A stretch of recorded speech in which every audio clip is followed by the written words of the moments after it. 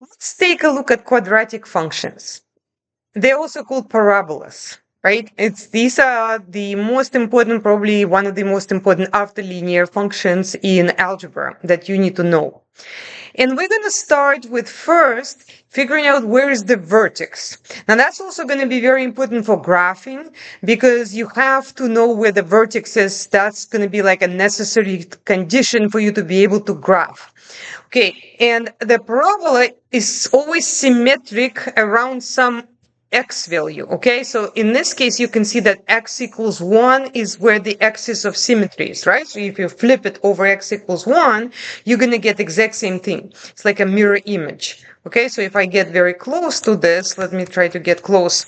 And if I were to try to graph that axis of symmetry, it's going to be right here, right? And you can tell that this is going to be a vertical line.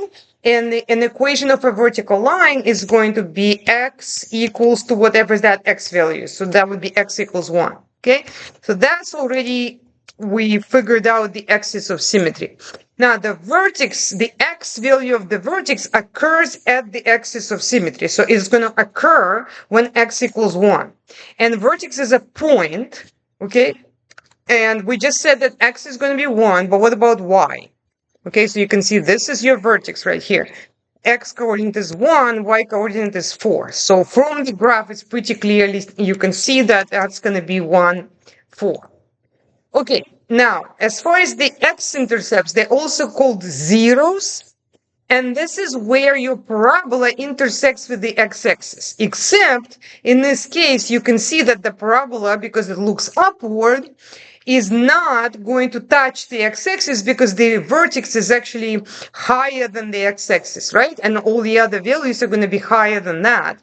That means that you're not going to have any x-intercepts here. So you're going to have to just type D and E. Does not exist. You do not have any intersections of this parabola with the x-axis. But what about the y-axis? Do we see any intersection there?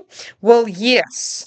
With the y-axis, we see this point right here. And remember, the y-intercept is always going to have a 0 for the x, right? Because you're not going anywhere right or left. You're only going up, in this case, by 7.